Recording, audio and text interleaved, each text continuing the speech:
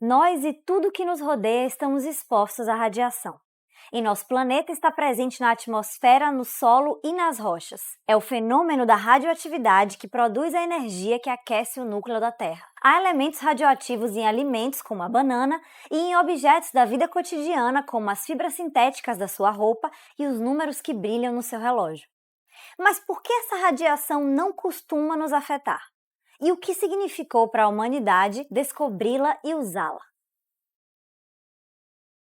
A radiação é energia viajando de um ponto a outro, como os raios do Sol. Há 14 bilhões de anos, o Big Bang criou as condições para a formação das estrelas e, depois, do nosso sistema solar. Nesse processo foram produzidos os elementos radioativos que existem naturalmente no nosso planeta. Isso significa que há uma certa quantidade de material radioativo em tudo. Por exemplo, estamos expostos à radiação que sai do gás radônio encontrado na superfície da Terra. E quanto mais alto estivermos em relação ao nível do mar, mais nos afeta a radiação dos raios cósmicos. E na nossa própria corrente sanguínea temos átomos de potássio 40, um primo radioativo do potássio. Isso tudo não nos faz mal porque evoluímos para conviver com a exposição a baixas doses de radiação. Só nos afetam doses relativamente altas. No entanto, descobrir como podíamos usá-la para melhorar nossas vidas foi toda uma revolução, que começou com um acidente. Em 1895, o físico alemão Wilhelm Röntgen descobriu acidentalmente um tipo de raio misterioso que conseguia atravessar quase todas as substâncias menos ossos e outros objetos sólidos. Esses sólidos eram projetados em um filme usado no experimento. Ele os chamou de raio-x porque não sabia exatamente que fenômeno os originava. Pouco depois, o francês Henri Becquerel descobriu que o urânio produzia um tipo de radiação espontânea que se parecia com os raios-x. No entanto, ele nunca conseguiu explicar a natureza dessa radiação, até que chegou Marie Curie.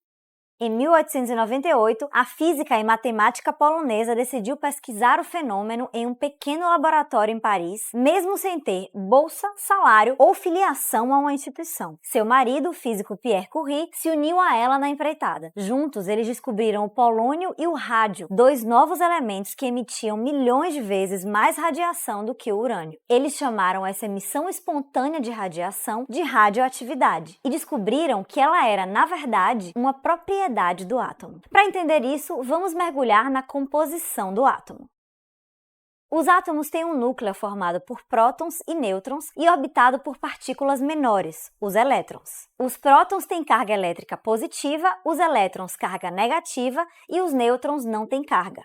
A quantidade de prótons, nêutrons e elétrons do átomo é o que determina sua natureza. Dois átomos com a mesma quantidade de prótons são o mesmo elemento, mas se tem quantidades diferentes de nêutrons, são isótopos desse elemento. Por exemplo, o hidrogênio é o átomo mais simples que conhecemos na tabela periódica, com apenas um próton e um elétron. Mas se adicionamos um nêutron a esse átomo, ele se transforma em deutério, um isótopo do hidrogênio que tem suas mesmas propriedades químicas, mas uma massa diferente. Todos os elementos da tabela periódica têm isótopos. Alguns deles são estáveis, ou seja, conseguem manter a estrutura do seu núcleo.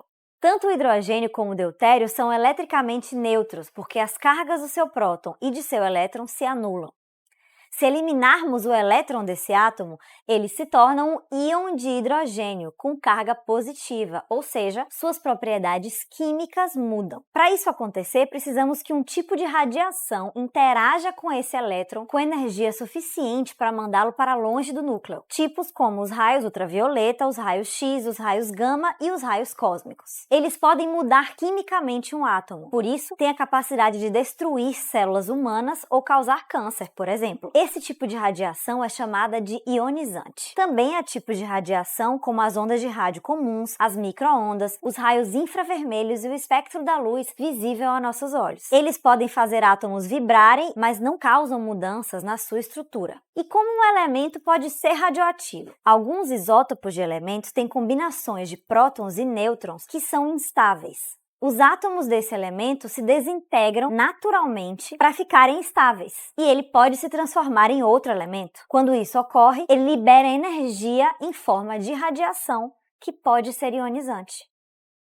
O que Marie e Pierre Curie descobriram, em resumo, é que alguns elementos da natureza têm essa capacidade de produzir espontaneamente, enquanto alteram seu estado, essa energia tão intensa que pode afetar as propriedades químicas de outras coisas. Isso é radioatividade. Assim, os elementos que se transformam em outro elemento são chamados de radioativos. E esse processo de mudança espontânea se chama decaimento radioativo. Os Curie estudaram primeiro os elementos que em sua forma original são radioativos, como o rádio, o polônio e o urânio. Na maioria dos elementos da tabela periódica, só alguns de seus isótopos são radioativos. O casal de cientistas foi o primeiro a criar instrumentos que medissem seu decaimento. Entendê-lo foi essencial para começar a aplicar a radiação emitida por eles em nosso dia a dia. Graças a seus estudos, foi possível saber muito mais sobre a estrutura do átomo, a transformação dos elementos e a propagação de energia. Isso fez com que Marie se tornasse a primeira pessoa a ganhar 2 prêmios Nobel, um em química e outro em física. Na vida prática, o descobrimento da radioatividade revolucionou quase imediatamente a medicina. Na Primeira Guerra Mundial, a própria Marie Curie e sua filha Irene criaram um aparelho de radiografias portátil. Isso salvou vidas e ajudou a popularizar os raios-x. Hoje em dia, graças a seus descobrimentos, sabemos que a radiação emitida pelos elementos radioativos pode ser usada para detectar o câncer ou doenças inflamatórias e neurológicas. Desde os anos 20, também usamos radiação para tratar certos tipos de câncer, seja aplicando-a de forma externa, inserindo ou injetando isótopos radioativos em nosso corpo para destruir as células cancerígenas. Durante muitos anos, no entanto, os cientistas não sabiam exatamente o dano que poderiam causar as altas doses ou contato direto com fontes radioativas. As propriedades da radiação de alterar a estrutura dos átomos podem afetar os tecidos saudáveis do nosso corpo. A própria Marie Curie morreu em 1934, aos 66 anos, de uma rara doença que afeta a medula óssea, provavelmente por causa da sua exposição à radiação, sem as técnicas de proteção que temos agora. Por isso, mais de 60 anos depois de sua morte, os restos de Marie e Pierre Curie foram transferidos a caixões de chumbo na França, e até hoje seus cadernos só podem ser consultados usando proteção.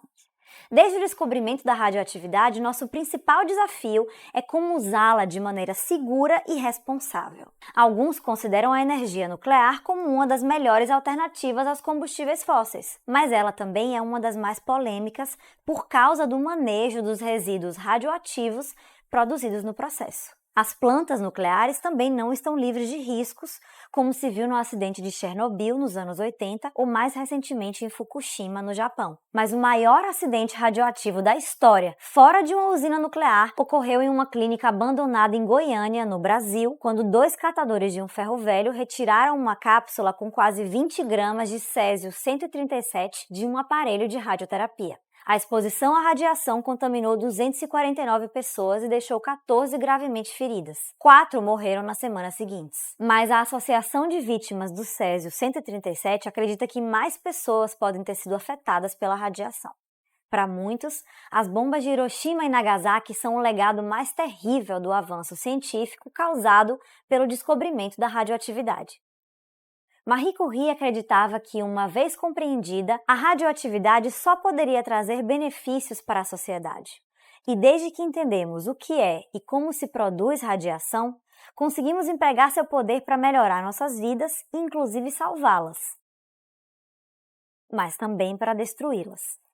A visão de Marie Curie ainda não se tornou, de fato, realidade. Se você gostou desse vídeo, dê like, compartilhe, deixe aqui seu comentário e veja mais vídeos de ciência, de animações e outros temas do nosso canal do YouTube. Tchau, tchau!